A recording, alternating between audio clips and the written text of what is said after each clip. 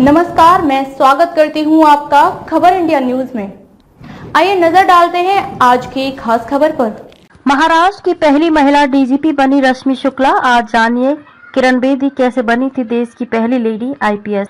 रश्मि शुक्ला को महाराष्ट्र का नया डीजीपी बनाया गया है। 1988 बैच की आईपीएस अधिकारी महाराष्ट्र की पहली महिला पुलिस निदेशक हैं। किरण बेदी को देश की पहली महिला आईपीएस अधिकारी बताया जाता है। वे साल 1970 बैच की हैं, लेकिन मुंबई के पूर्व पुलिस कमिश्नर एमएन सिंह ने गुरुवार को एनबीटी से कहा कि किरण बेदी से 3 साल पहले 1967 में रुक्मणी नामक लड़की को आईपीएस का कैडर मिला था, लेकिन उन्होंने आईपीएस ज्वाइन करने से मना कर दिया। उन्होंने आईआरएस सेलेक्ट किया और वे बाद में इनकम टैक्स में चली गई। जिस साल एमएन सिंह और रुक्मणी का सिविल सर्विस में सिलेक्शन हुआ, उसी साल तमिलनाडु के राजगोपाल ने भी ये एग्जाम पास किया था। राजगोपाल ने आईपीएस में जाने का फैसला किया।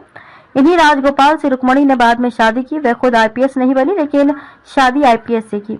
तब माउंट आबू में होती थी ट्रेनिंग। मुंबई के पूर्व पुलिस कमिश्नर एमएन सिंह कहते हैं कि उनके समय में जब कोई भी सिविल सर्विस का एग्जाम पास करता था तो सभी को फाउंडेशन कोर्स के लिए पहले मसूरी भेजा जाता था। वहां ही सिविल सर्विस के एग्जाम की परफॉर्मेंस, एग्जाम पास करने वालों की व्यक्तिगत इच्छा व कुछ अन्य बातों को ध्यान में रखकर ये फैसला होता था कि किसे आईएएस कैडर दिया जाएगा, किसे आईपीएस में भेजना है, किसको इंडियन फॉरेन सर्विस में पोस्टिंग देनी है, किसे आईआरएस मिलेगा।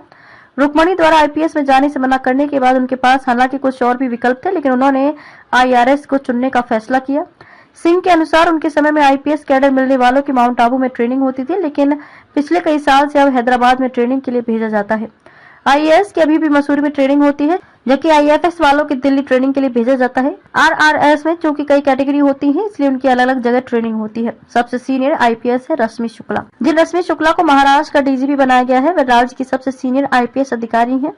वे पिछले करीब 3 साल से केंद्र में प्रतिनियुक्ति पर थी। उनका जून 2024 में रिटायरमेंट है, लेकिन ऐसा माना जा रहा है कि संभवतः महाराष्ट्र के विधानसभा चुनाव तक उन्हें एक्सटेंशन मिलेगा। इस साल के आखिर में विधानसभा चुनाव होंगे। रश्मि शुक्ला का यूपी के प्रयागराज से लंबा जुड़ाव रहा है।